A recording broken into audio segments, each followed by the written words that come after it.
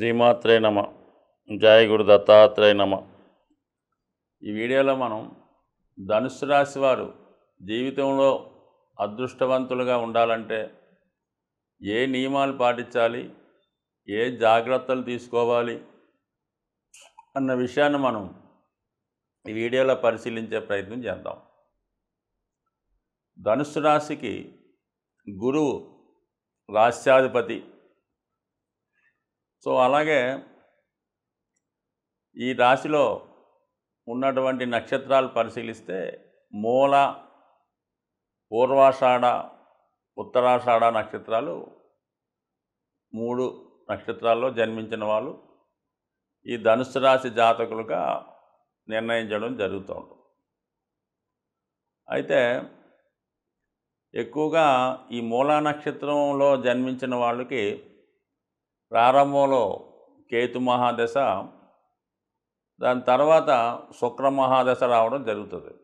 So మొత్తం మీద ఏంటంటే ఏ పాదంలో జన్మించినా శుక్రుడు 20 సంవత్సరాలు, ఇంచుమించుగా ఎక్కువ భాగం ఈ రాశిలో జన్మించిన వాళ్ళకి శుక్ర మహాదశ రావడం జరుగుతుంది వాళ్ళ చిన్నతనంలో. సో ఆ కారణం వల్ల ఎవరికన్నా ఆ కుటుంబంలో చిన్నపిల్లలకి అంటే పుట్టిన తర్వాత శుక్ర మహాదశ వస్తే ఆ కుటుంబంలో పెద్దలకి కొంత మనీ రొటేషన్ పెరిగి కొంత లైఫ్ కూడా చాలా సక్సెస్ఫుల్గా మంచి గౌరవప్రదంగా జీవించడం జరుగుతుంటుంది. ఈ పిల్లవాడికి కూడా ఎక్కువ సకల సౌకర్యాలు కలగడం వల్ల మరి బాల్యం కొంత అంత సక్సెస్ఫుల్గా నడదు. అంటే ఆర్థిక పరంగా బాగుంటుంది, అడిగినవన్నీ ఇస్తూ ఉంటారు, మంచి స్కూల్లో చదివిస్తూ ఉంటారు, మంచి వాహన యోగం ఉంటుంది. ఈ కారణం వల్ల ఏంటంటే కొద్దిగా బాల్యం డిస్టర్బ్ అవ్వటం వల్ల సరైనటువంటి ఎడ్యుకేషను బాల్యంలో చాలామందికి ఉండదు. అంటే తెలివితేటలు ఉన్నప్పటికి కూడా దాన్ని నెగ్లెక్ట్ చేయడం వల్ల ఈ విధంగా జరుగుతుంటుంది. సహజంగా ఈ ధనుస్సు రాశి వారికి మెయిన్ మైనస్ పిల్లవాళ్ళ దగ్గర నుంచి పెద్దవాళ్ళ వరకు ఒకటే ఏంటంటే ఎప్పుడూ కూడా వాళ్ళు ఎప్పుడు పని అప్పుడు పూర్తి చేయరు. ఎప్పుడూ కూడా తర్వాత చేద్దామని ఆ పని చివరి నిమిషం దాకా కూడా వాయిదా వేస్తుంటారు. ఆ చివరి నిమిషంలో ఆదరాబాదరాగా ఆ పని పూర్తి చేయడం జరుగుతూ ఉంటుంది. కొంతమంది చివరి నిమిషం దాకా ఎదురు చూసి అప్పుడు చేద్దాంలే అనుకుంటుంటారు.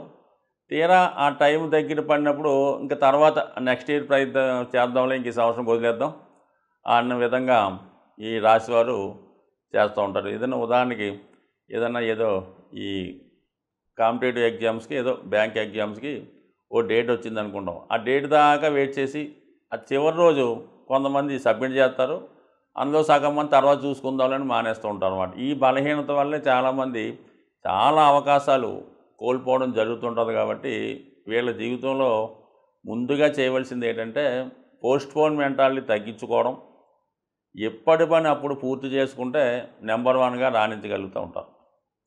సో అలాగే వీళ్ళకి ఎక్కువ ఈ శుక్ర మహాదశలో జీవితం నడటం వల్ల ఏమవుద్దంటే వీళ్ళకి ఆ శుక్రుడు ఈ రాశి వారికి మరి షష్ఠ లాభాధిపతి అవటం వల్ల ఏంటంటే చాలా వరకు ఈ గురువుకి అంటే ఈ ధనుసు రాశి గురువుకి ఈ శుక్రుడికి వ్యక్తిగతంగా మిత్రత్వం లేకపోవడం వల్ల చాలా వరకు ఇది కలలేకపోతుంటుంది.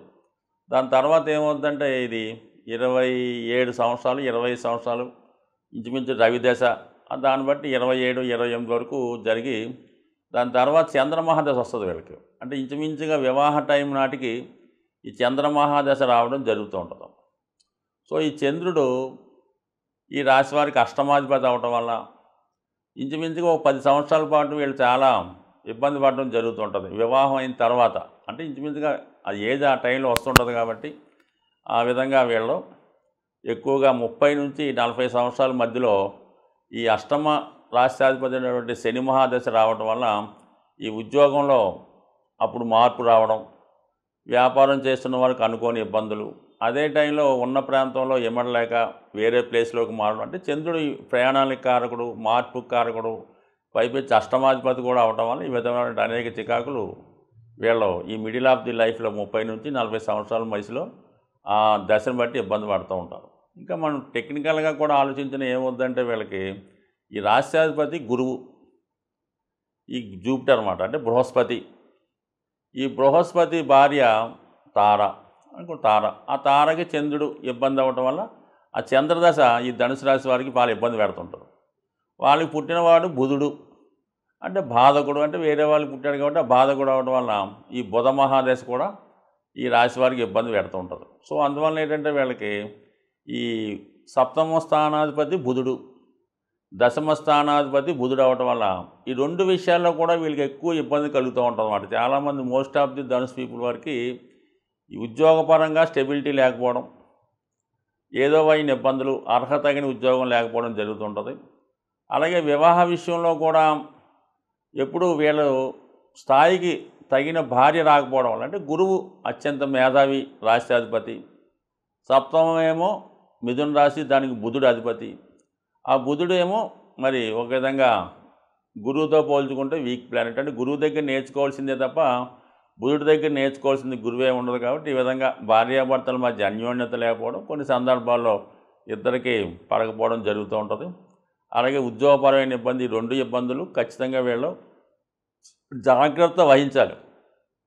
ఇంకోటి ఏంటంటే సహజ రాశి చక్రంలో ఈ కన్యా రాశి 6వ రాశి, ఇది వీళ్ళకి దశమ రాశి అవ్వడం, వీళ్ళు కంపల్సరీగా ఎంత వనరులున్నా ఎంత మేధస్సు ఉన్నా కూడా ఉద్యోగమే రాణిస్తారు తప్ప వీళ్ళకి వ్యాపారం అన్నది ఎట్టి పరిస్థితిలో కూడా కలిసి రాదు. కాబట్టి ధనుసు రాశి జాతకులు ఎప్పుడూ కూడా ఉద్యోగమే చేసుకోవాలి. అలాగే వివాహ విషయంలో కాంప్రమైజ్ దూరంలోనే వెళ్ళాలి. ఏమాత్రం ఆధిపత్యం వహిద్దామన్నా, ఏమాత్రం ఇబ్బంది పడినా వివాహ జీవితం ఇబ్బంది వేసే అవకాశం ఉంది. పైపెచ్చి అది దిశోభావ రాశి అవుతుంటుంది, సప్తమ భావం ఇది మిథున రాశి. అందువల్ల ఏంటంటే ఏ విధంగా ఈ రాష్ట్రాధిపతి వేరే గ్రహంతో కలిసి ఉన్నా, వేరే విధంగా ఇబ్బంది అయినా చాలా వరకు రెండు వివాహాలు జరగడం కానీ, లేదంటే భార్యతో పాటు వేరే వాళ్ళతో ఎఫ్ఐఆర్ కొంతకాలం పాటు నడపడం కానీ, రహస్య కార్యకలాపాలు చదివించడం కానీ ఎక్కువ మంది జరుగుతూ ఉంటుంది.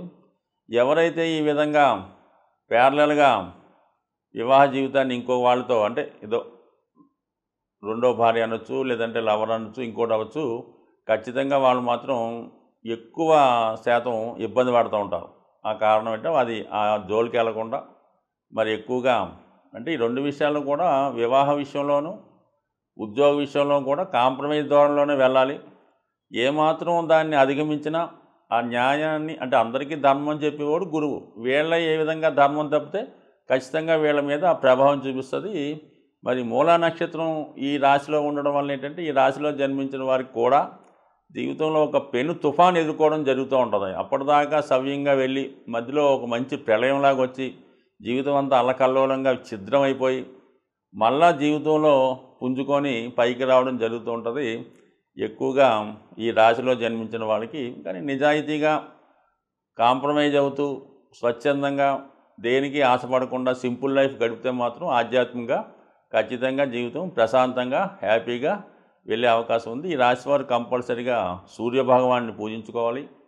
అలాగే గోమాతని సేవ చేసుకోవాలి, పెద్దల్ని గౌరవించాలి.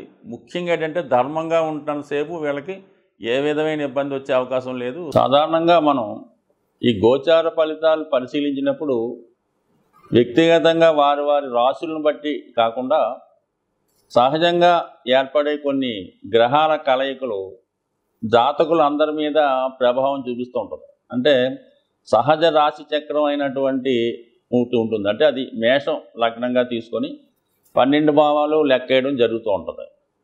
సో ఈ భావాల్లో కొన్ని గ్రహాలు బలంగా ఉన్నప్పుడు అవి జాతకులు అందరి మీద ప్రభావాన్ని చూపడం జరుగుతూ ఉంటుంది. మరి ఇప్పుడు ఈ సహజ రాశి చక్రంలో ఈ కుజ రాహులు 12వ స్థానంలో సంచరించడం వల్ల ఒక విధంగా కొంత అవినీతి కార్యక్రమాలు, అక్రమాలు, అది దోపిడీలు అనుకోవచ్చు, రోడ్డు ప్రమాదాలు అనుకోవచ్చు, అన్యాయంగా ప్రవర్తించడం అనుకోవచ్చు, దుర్మార్గంగా, ఇవి కొద్దిగా ఈ లోకంలో, ఈ ప్రపంచంలో, ఈ దేశంలో ఎక్కువయ్యే అవకాశం ఉంటాయి. సో ఈ దౌర్జన్య కార్యక్రమాల వల్ల సాధారణ వ్యక్తులు, మధ్యతరగతి కుటుంబాలు చాలా వరకు ఇబ్బంది పడుతూ ఉంటారు. సో అలాగే ఈ గురువు రవి కలిసి ఉండడం ఒక విధంగా ధనస్థానంలో ఉండడం వల్ల ఫైనాన్షియల్ ఫ్లో బాగా పెరుగుతూ ఉంటుంది అన్నమాట. ఆర్థిక సంపద పెరుగుతుంది, మనీ రొటేషన్ పెరుగుతూ ఉంటుంది. బ్యాంకింగ్ రంగం, ఫైనాన్స్ రంగం చాలా డెవలప్ అవుతూ ఉంటుంది. అంటే రెండో స్థానం అన్నది సహజ రెండో స్థానం వృషభ రాశి, ఫైనాన్స్ సంబంధించింది, ధనకారకుడు అక్కడ సంచరించడం వల్ల ఫ్లో ఆఫ్ మనీ ఎక్కువ పెరుగుతుంది. ప్రభుత్వం వారి దగ్గర కూడా మరి వాళ్ళ యొక్క సంపద పెరగడం వల్ల ప్రభుత్వాలు బలంగా తయారవుతాయి. సో ఆ కారణం వల్ల ప్రజలకి సౌకర్యవంతమైన జీవితం రావడం జరుగుతూ ఉంటుంది అన్నమాట. సో ఏదైనా మరి మంచి జరిగినప్పుడు అందరూ సంతోషిస్తారు, పథకాలు వచ్చినప్పుడు అందరూ తీసుకుంటుంటారు. కానీ ఈ కుజరాహుల కలయిక వల్ల కొన్ని ప్రమాదాలు, అనుకోని ఇబ్బందులు జరిగే అవకాశాలు ఉన్నాయి. కాబట్టి మరి రాబోయే 15 రోజులు ఈ ప్రభావం ఉంటుంది. కాబట్టి ఎక్కువ మంది ప్రయాణాలు చేస్తున్న వాళ్ళు, అంటే ఎక్కువగా ఈ మోటార్ సైకిల్ మీద వేగంగా ప్రయాణం చేస్తున్న వాళ్ళు, అలాగే ప్రమాదకరమైన వృత్తుల్లో ఉన్నవాళ్ళు కొంత జాగ్రత్తగా వ్యవహరించడం మంచిది. బట్ ఏదైనా రాబోయే 15 రోజుల్లో మరి ప్రతి ఒక్కరు కూడా ఈ అభిషేకం చేసుకోవడం వల్ల, అంటే మీనరాశిలో ఈ 2 గ్రహాలు ఏర్పడ్డాయి కాబట్టి ఎక్కువగా ప్రజలకు అనుకోకుండా నష్టం ఏర్పడుతూ ఉంటుంది, రుణదాతల నుంచి ఒత్తిడి ఏర్పడుతూ ఉంటుంది, అనుకోకుండా మెడికల్ ఎక్స్పెండిచర్, ఏదో చిన్న ప్రమాదం వల్ల అనుకోకుండా వచ్చే హెల్త్ ప్రాబ్లం వల్ల ఎక్కువగా హాస్పిటలైజేషన్ అవ్వడం, ధనం ఖర్చు అవ్వడం జరుగుతూ ఉంటుంది. అంటే ఈ ధనం ఖర్చు అవ్వడం కంటే మనకి ఎక్కువ మోసం రూపంలో పోతుంటుంది. ఏదో చిన్న హెల్త్ ప్రాబ్లం ఉంటుంది, దాన్ని ఏదో పెద్దగా చెప్పి ఒక 1000 రూపాయలతో పోయేదానికి ఒక 10,000, 1,00,000 రూపాయలు కూడా ఖర్చు పెట్టించవచ్చు. ఇటువంటి వాటి నుంచి తప్పించుకునే ప్రయత్నంలో మరి ఎక్కువగా ఈ రాహువుకి కుజుడు జలతత్వంలో కలిసి ఉండడం వల్ల మీరు లక్ష్మీ నరసింహస్వామి దేవస్థానం మనకి యాదగిరి గుట్ట, అలాగే మంగళగిరి, మరి అలాగే సింహాచలం వంటి ఈ లక్ష్మీ నరసింహస్వామి దేవస్థానం లోకల్గా ఉన్నటువంటి టెంపుల్ ఏమన్నా ఉంటే అటువంటి టెంపుల్లో విధి విధానంగా మరి స్వామికి పానకంతో అభిషేకం చేయడం వల్ల కానీ, లేదంటే పానకం నైవేద్యంగా పెట్టడం వల్ల, ఇవన్నీ కుదరని వాళ్ళు ఇంటి దగ్గరే మరి లక్ష్మీ నరసింహస్వామికి పానకాన్ని నైవేద్యంగా పెట్టడం వల్ల ఇటువంటి విపత్తుల నుంచి తప్పుకునే అవకాశం ఉంటుంది. స్వస్తి.